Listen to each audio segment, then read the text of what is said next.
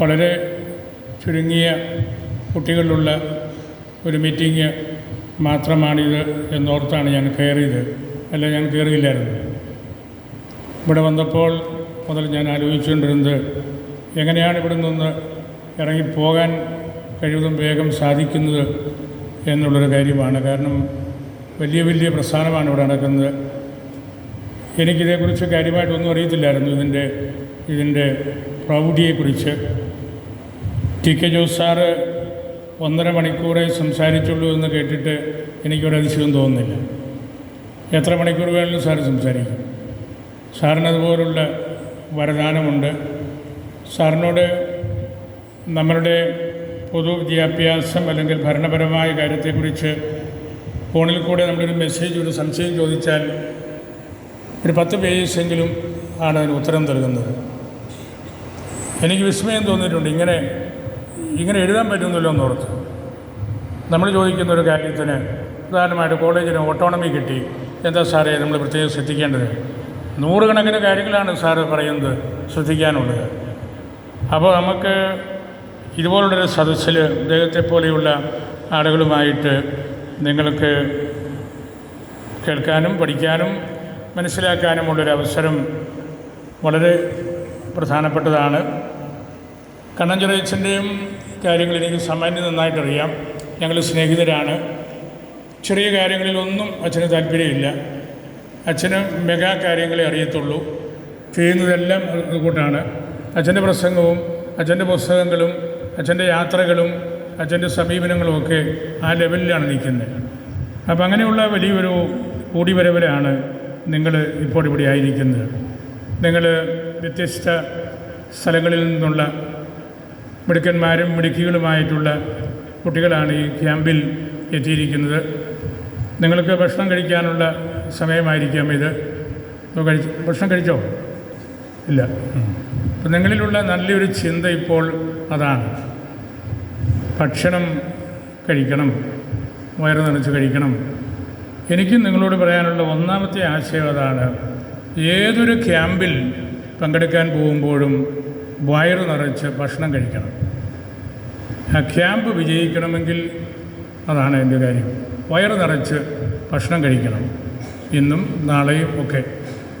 എങ്കിൽ മാത്രമേ നമുക്ക് ശരിക്കും ചിന്തിക്കാനും നമുക്ക് സന്തോഷത്തോടു കൂടി ആയിരിക്കാനും സാധിക്കുകയുള്ളൂ. രണ്ടാമത്തെ കാര്യം, നിങ്ങളധികം പ്രായമുള്ളവരൊന്നുമല്ല, ചെറുപ്പക്കാരാണ്. വീട്ടിൽ നിന്ന് പപ്പായുടെയും മമ്മിയുടെയും അടുത്തു നിന്നൊക്കെ പോകുന്നതിൻ്റെ ഒരു നേരിയ പ്രയാസം നിങ്ങളുടെ മുഖത്തുണ്ട്. ഇവിടെ ആയിരിക്കുമ്പോൾ നിങ്ങളുടെ വീട്ടിലെ കാര്യം ഓർത്തുകൊണ്ടിരിക്കരുത്. കേട്ടല്ലോ? ഇപ്പം നമ്മളിവിടെയാണ്, പാല താബൂറിലാണ്. ഇവിടെ ആയിരിക്കുമ്പോൾ ഇവിടുത്തെ ക്ലാസ്സിൽ നിങ്ങൾക്ക് നൽകുന്ന ചിന്തകൾ, കാഴ്ചപ്പാടുകൾ എല്ലാം സ്വന്തമാക്കണം. ഇവിടെ ഇരുന്നുകൊണ്ട് പപ്പായെയും മമ്മിയെയും ചേട്ടനെയും ചേച്ചിയെയും നമ്മൾ ഓർത്ത് ഇരുന്നാൽ ഇവിടെ പറയുന്ന കാര്യങ്ങൾ നിങ്ങൾക്ക് മനസ്സിലാകാതെ പോലും അല്ലെങ്കിൽ അതിൽ ചേർത്ത് വയ്ക്കാൻ പറ്റാതെ പോകും. ക്യാമ്പിൽ പിന്നെ ശ്രദ്ധിക്കേണ്ട ഒരു കാര്യം, ക്ലാസ്സിലിരുന്ന് ഉറങ്ങരുത്. നമ്മൾ സ്കൂളിലൊക്കെ ആയിരിക്കുമ്പോൾ നല്ലപോലെ ഉറങ്ങുന്ന ആളുണ്ട്. ഇവിടെ നിങ്ങളാരും ഉറങ്ങുന്നതായിട്ട് ഞാൻ കണ്ടില്ല. എന്നെ വിസ്മയിപ്പിച്ച ഒരു കാര്യം അതാണ്. ഇടയ്ക്കിടയ്ക്ക് ഒരു ചെറിയ വായിക്കോട്ടയൊക്കെ വരുന്നത് വിശക്കുന്നതുകൊണ്ടാണ്. നിങ്ങൾ ഉറങ്ങാതെ ഇത്ര സ്മാർട്ടായിട്ട് ഇവിടെ ഇരിക്കാൻ നിങ്ങൾക്ക് സാധിക്കുന്നു എന്നതും വളരെ വിലപ്പെട്ട കാര്യം തന്നെയാണ്. ഉറങ്ങാൻ നിങ്ങൾക്ക് ഇഷ്ടം പോലെ സമയം കിട്ടും. രാത്രിയിൽ ദീർഘമായ മണിക്കൂറുകൾ കിട്ടും. അന്നേരവും വർത്തമാനം പറയാൻ പോകരുത്. വർത്തമാനം പറയാനുള്ളതൊക്കെ ഭക്ഷണത്തിൻ്റെ സമയത്ത് നിങ്ങൾക്കുള്ള ഫ്രീ ടൈമിൽ ഒക്കെ ആയിരിക്കണം. അപ്പോൾ ക്യാമ്പ് വിജയിക്കണമെങ്കിൽ നല്ലപോലെ ഭക്ഷണം കഴിക്കണം, ക്ലാസ്സിൽ ഉറങ്ങാതിരിക്കണം. നല്ലതുപോലെ ഉറങ്ങാൻ കിട്ടുന്ന സമയത്ത് ഉറക്കം നമുക്ക് ആവശ്യമാണ്. അതിൽ നിന്ന് പുറകോട്ട് പോകരുത്. അങ്ങനെയുള്ള കാര്യങ്ങൾ കൊച്ചു കൊച്ചു കാര്യങ്ങളാണെങ്കിലും അതെല്ലാം പ്രധാനപ്പെട്ട കാര്യങ്ങളാണ്. ഒപ്പം നിങ്ങൾ ഇവിടെ ആയിരിക്കുമ്പോൾ അല്പസമയത്തേക്ക് വീട്ടിലെ ഭക്ഷണവും വീട്ടിലായിരുന്നെങ്കിൽ ഇന്ന് കോഴിയിറച്ചി കിട്ടിയേനെ എന്ന് നമ്മൾ ഓർത്തുകൊണ്ട് കൂടി ഇരുന്നാൽ ടി കെ ജോസ് സാറ് പറയുന്ന പല കാര്യങ്ങളും മനസ്സിലാകില്ല. അല്ലെങ്കിൽ റോയിച്ചൻ പറയുന്ന പല കാര്യങ്ങളും മനസ്സിലാകാണ്ട് പോകും.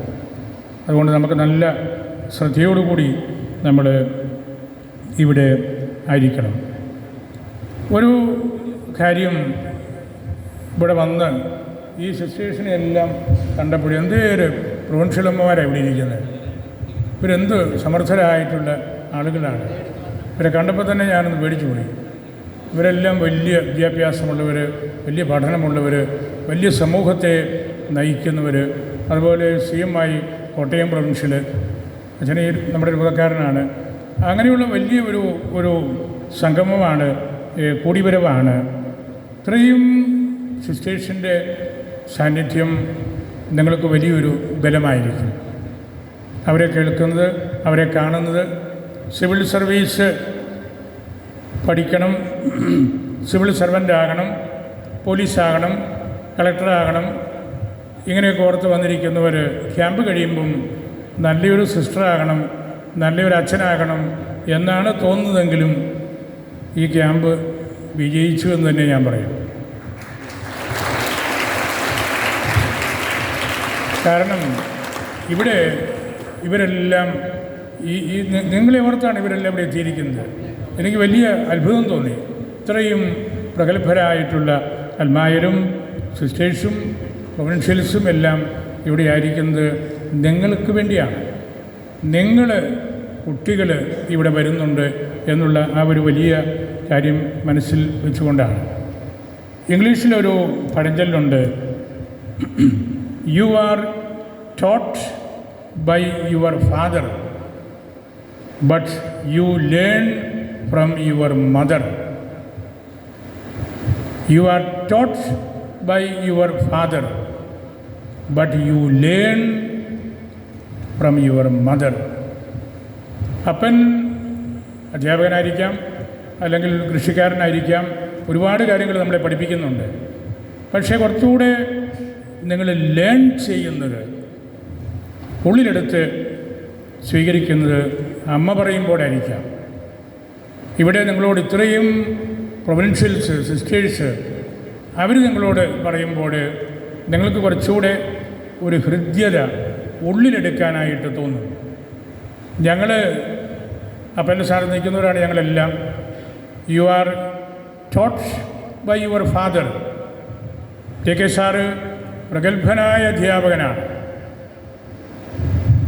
നന്നായിട്ട് പഠിപ്പിക്കും, പ്രസംഗിക്കും. എങ്കിലും you learn many things from your mother. അമ്മയിൽ നിന്നാണ്, അമ്മയുടെ ഭാവം കൊണ്ടു നടക്കുന്ന സിസ്റ്റേഴ്സിൽ നിന്നാണ് നിങ്ങൾക്ക് കൂടുതൽ കാര്യങ്ങൾ ഹൃദയത്തിൽ എടുക്കാനും മനസ്സിലാക്കാനും ഒക്കെ സാധിക്കുന്നത്. അതുകൊണ്ട് നിങ്ങൾക്ക് കിട്ടിയ ഈ അവസരം, ഇത്ര പ്രൗഢഗംഭീരമായ ഒരു സദസ്സിൽ നിങ്ങൾക്ക് ആയിരിക്കാൻ സാധിക്കുന്നത് ദൈവം തന്ന അനുഗ്രഹമാണ്. ഇത് ഈ ക്യാമ്പിൻ്റെ പേര് തന്നെ പ്രൊജക്റ്റ് ജെം മെഗാ ക്യാമ്പാണിത്. മെഗാ എന്ന വാക്കിൻ്റെ അർത്ഥം എന്താണ്? മെഗാ വലുത്. അതൊക്കെ നല്ല ഗ്രീക്ക് വാക്കുകളാണ്, നമുക്കതും അറിയാമല്ലോ. മെഗാ വലുതാണ്. നമ്മൾ ഗീവർഗീസിൻ്റെ പെരുന്നാൾ ദിവസങ്ങളായിരുന്നു ഇതെല്ലാം. ഗ്രീക്ക് ഭാഷയിൽ ഗീവർഗീസിനെ മെഗാളോ മർത്തീറോസ്, ദ ഗ്രേറ്റ് മാർട്ടയർ, നിങ്ങൾ പറഞ്ഞ ആ വലുത് എന്ന അർത്ഥത്തിലാണ്. മെഗാളോ മർത്തീറോസ്, വലിയ രക്തസാക്ഷി. നമ്മൾ ഗാന്ധിയെ വിളിക്കുന്ന പേര് തന്നെയാണ് മഹാത്മാ. അതാണ് ഈ പറഞ്ഞ മെഗാ. ഗാന്ധിജി നമ്മളുടെ രാജ്യത്തെ മഹാത്മാവാണ്. ആത്മാവ് ശരീരമല്ലല്ലോ. മഹാത്മാവ് എന്നതിൻ്റെ വിവർത്തനം അഴീക്കോട് സാറിനെ പോലെയുള്ളവരൊക്കെ പറഞ്ഞിരിക്കുന്നത് ഗ്രേറ്റ് സോൾഡ് മാൻ എന്നാണ്. വലിയ ആത്മാവുള്ള മനുഷ്യൻ, മഹാത്മാവ്. മഹാശരീരം ഉള്ളവൻ നല്ലല്ലോ നമ്മൾ പറയുന്നത്. മഹാത്മാവാണ്, വലിയ ആത്മീയ ചിന്തകൾ കൊണ്ടു നടക്കുന്ന വ്യക്തി. ദൈവത്തോട് സംസാരിക്കുന്നത് നമ്മളിലുള്ള അത്തരം ആഭിമുഖ്യമാണ്. നമുക്ക് പൊതുവെ ഒരു പറച്ചിലുണ്ട്, സർക്കാർ തലത്തിൽ നമ്മുടെ സമുദായത്തിൽ നിന്ന് സിറോ മലബാറിൽ നിന്ന് വലിയ ഉദ്യോഗസ്ഥന്മാരൊന്നുമില്ല. കുറച്ച് കാര്യം അതിനകത്തുണ്ട്. പക്ഷേ ഈ സർക്കാർ ആദരിച്ച ഏറ്റവും വലിയ ഉദ്യോഗസ്ഥന്മാർ നമ്മുടെ പാലായിൽ നിന്നും അല്ലെങ്കിൽ നമ്മളുടെ സഭയിൽ നിന്നുമാണ്. ഏറ്റവും നല്ല ഒരു ഉദാഹരണമാണ് നമ്മുടെ കൂട്ടത്തിലിരിക്കുന്ന T K Jose sir, IAS sir. എന്തെല്ലാം തസ്തികകളിൽ സർക്കാരിൻ്റെ അദ്ദേഹം നിർവഹിച്ചു. ഇതിനു മുമ്പുണ്ടായിരുന്ന ചീഫ് സെക്രട്ടറി ജോസ് ടോം നമ്മുടെ പാലക്കാരനാണ്, നമ്മുടെ സമുദായത്തിലെ ആളാണ്. ഒരുപക്ഷെ നിങ്ങളിൽ പലരും അറിയുന്ന PC സുരേഷ് സാറ് IAS കാരനാണ്, നമ്മുടെ സഭയിലെ ആളാണ്. അങ്ങനെ ഈ സർക്കാർ ശ്രദ്ധിച്ച ഒരു പറ്റം ആളുകൾ IAS കാർ നമുക്കുണ്ട്. ഇപ്പോഴത്തെ സർക്കാരിൻ്റെ കൂട്ടത്തിലുമുണ്ട്. നമ്മുടെ കേന്ദ്ര ഗവൺമെൻറ്റിൻ്റെ കൂട്ടത്തിൽ IAS പദവിയിൽ ഇരുന്ന് ജോലി ചെയ്തുകൊണ്ടിരിക്കുന്ന ആളുകളുണ്ട്. അപ്പോൾ അതൊക്കെ നിസ്സാര കാര്യമൊന്നുമല്ല. വളരെ നമ്മുടെ ആരുമില്ല എന്നൊക്കെ നമ്മൾ പറയുമ്പോഴും ഈ സർക്കാരിനെയും ഈ കേന്ദ്രഭരണത്തെയും ഏറ്റവും മുൻപിൽ നിന്ന് നയിച്ചുകൊണ്ടിരിക്കുന്ന ടി കെ സാറിനെ പോലെയുള്ള ആളുകളുടെ ഒരു സമുദായമാണ്, സഭയാണ് നമ്മുടേത് എന്ന് നമ്മൾ തിരിച്ചറിയണം. ആ തിരിച്ചറിവാണ് നിങ്ങൾക്കും ഈ ക്യാമ്പ് കൂടുമ്പോൾ എനിക്ക് ടി കെ സാറിനെ പോലെ ഒരു IAS ഉദ്യോഗസ്ഥനാകണം, അല്ലെങ്കിൽ പൊന്നു സാറിനെ പോലെ എനിക്ക് നല്ലൊരു DGP ആകണം. അതാണ് എൻ്റെ കാര്യം. അങ്ങനെയുള്ള മാതൃകകൾ നമുക്കുണ്ട്. അതുകൊണ്ടാണ് റോയിച്ചനും കണ്ടഞ്ചെറിയച്ചനും ഇവരെ പോലെയുള്ള ആളുകളെ കൊണ്ടുവന്ന് നമുക്ക് ക്ലാസ് എടുക്കുന്നത്. അപ്പോൾ അവരുടെ സാന്നിധ്യവും അവരുടെ മാതൃകകളും അവർ നൽകുന്ന സന്ദേശവും നമ്മൾ മറന്നു പോകരുത്. എനിക്കൊരു കാര്യമേ പറയാനുള്ളൂ. ഈ സർക്കാർ തലത്തിൽ റോയിച്ചൻ പറഞ്ഞ ഒരുപാട് വേക്കൻസി ഉണ്ട്. നമ്മുടെ ആളുകൾ താരതമ്യേന കുറവാണ്. ഭരണപരമായ കാര്യങ്ങളിൽ കയറിപ്പറ്റാൻ വേണ്ടത്ര നമുക്ക് പറ്റുന്നില്ല. നമ്മുടെ മാതാപിതാക്കൾ നിങ്ങൾ എങ്ങനെയെങ്കിലും 10ാം ക്ലാസ് പാസ്സാകുമ്പം നേഴ്സിങ്ങിന് പഠനം, അത് ഏതെങ്കിലും സാധ്യതയുണ്ട് ഇന്ത്യക്ക് പുറത്ത് പഠനം, ഇങ്ങനെയൊക്കെ ആഗ്രഹിക്കുന്നവരാണ്. അതൊന്നും തീരെ മോശമാണെന്ന് ഞാൻ പറയുന്നില്ല. പക്ഷേ ഈ രാജ്യത്ത് നിന്ന് ഈ രാജ്യത്തിൻ്റെ മഹത്വം മനസ്സിലാക്കാനും ഈ രാജ്യത്തിൻ്റെ ഭരണപരമായ കാര്യങ്ങളിൽ പങ്കുവഹിക്കാനും നമുക്ക് സാധിക്കുമ്പോഴാണ് ശരിക്കുള്ള ഇന്ത്യക്കാരനാകുന്നത്. നിങ്ങളിൽ നിന്ന് പോലീസുകാരും IAS കാരും PSC ഉദ്യോഗസ്ഥന്മാരും പഞ്ചായത്ത് പ്രസിഡന്റുമാരും MLA മാരും എല്ലാവരും വരട്ടെ. നിങ്ങളെ ജെംസ് എന്ന് വിളിക്കുന്നത് കൊണ്ടാണ്. സമൂഹത്തിൽ നിന്ന് തിരഞ്ഞെടുക്കപ്പെട്ടവരായിട്ട് വന്നിട്ടുള്ളവരാണ്. നിങ്ങളുടെ സഹപാഠികൾ വേറെ എത്രയോ പേരുണ്ട്. പക്ഷേ അവരെ ഒന്നും ജെംസായിട്ട് കണ്ടില്ല. നിങ്ങൾക്ക് നല്ല ബുദ്ധിസാമർഥ്യമുണ്ട്, പ്രസംഗിക്കാനറിയാം, പാടാനറിയാം, കലാപരമായിട്ടുള്ള മികവുണ്ട്. അതെല്ലാം നമുക്ക് ആവശ്യമാണ്. നമുക്കൊരു പൊതുരംഗത്ത് വരുമ്പോൾ ഈ വൈവിധ്യമാർന്ന കഴിവുകൾ എല്ലാം നമ്മൾ പ്രയോജനപ്പെടുത്തണം. നിങ്ങൾക്ക് ഒരുപാട് ടാലൻസ് ഉണ്ട്. കുട്ടികളാണ് ഈ രാജ്യത്തിൻ്റെ ഏറ്റവും വലിയ സമ്പത്ത്. ചാവറപ്പുണ്യവാൻ പലപ്പോഴും പറഞ്ഞിട്ടുള്ളൊരു കാര്യമുണ്ട്. ഓരോ കുട്ടിയും സ്വർഗത്തിൻ്റെ ഒരു ചെറിയ കഷ്ണമാണ്. ഓരോ കുട്ടിയും.